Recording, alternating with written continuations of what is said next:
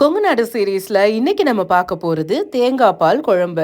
தேங்காய் பால் ரசம் எப்படி ரொம்ப ஃபேமஸோ அதே மாதிரி எங்கள் ரீஜனில் இந்த தேங்காய் பால் குழம்பு ரொம்ப ரொம்ப ஃபேமஸ். ரொம்ப சிம்பிள். கத்திரிக்காய், உருளைக்கிழங்கு, முருங்கைக்காய் இந்த 3 காம்போ தான் நாங்கள் யூஸ் பண்ணுவோம்.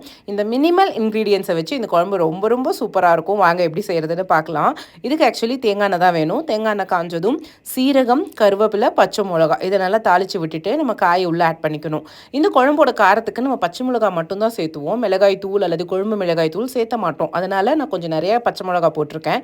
இன்கேஸ் அல்சர்லாம் இருக்குது, பச்சை மிளகா காரம் ஒத்துக்காதுன்னு நீங்கள் கொஞ்சம் குறைச்சிக்கோங்க.